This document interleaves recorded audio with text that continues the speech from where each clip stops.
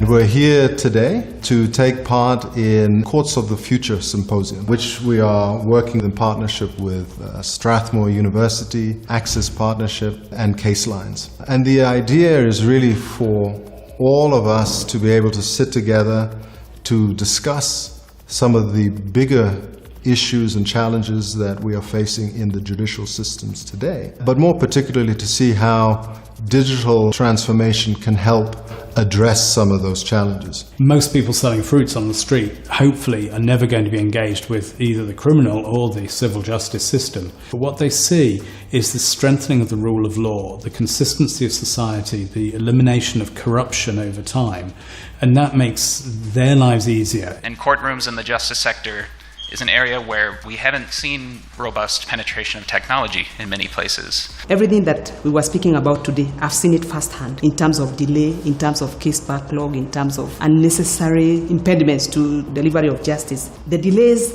are caused by the same challenges that we have all over the judiciaries everywhere across the world. Whereas the courts have basically remained as they have always been since the colonial times, the environment around them has changed. The population has increased. The number of cases being filed has increased. The judges have not necessarily increased at the rate at which they should be. And therefore, it is not possible to do business the way it has always been done. And so now it is important to have tools. A lot of changes being brought about by technology, most of what Microsoft is doing, and it advances the rule of law and access to justice, particularly in a society where justice is limited. Adopting accessible technology can really help increase access to justice for people with disabilities here in East Africa, but really globally.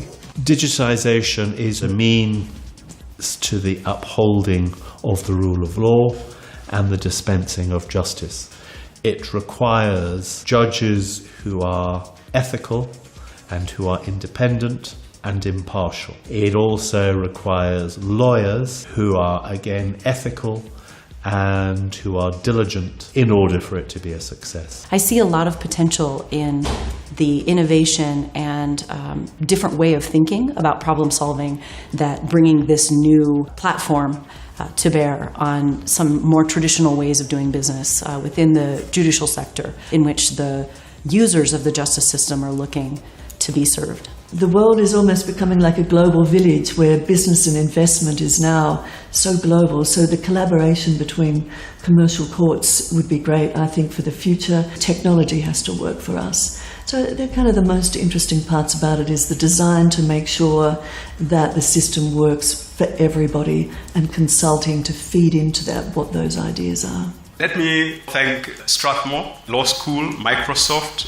CaseLines, and Access Partnership for putting this initiative together, because I think it gives us an opportunity to see what the leading countries are doing and what we can learn from these countries to help us. If we can ensure that judges are trained, the doubts that we have are removed, I can assure you the innovations about the future will probably find the best disciples in the judiciary than other industries, because we are quick to learn. We are seeing courts of the future. We now need to start living in the future, and the essence is to make the future now. It is possible. It is possible in the UK, it is possible in Dubai, it is possible in Abu Dhabi. Why shouldn't it be possible in Kenya to have a digital court system?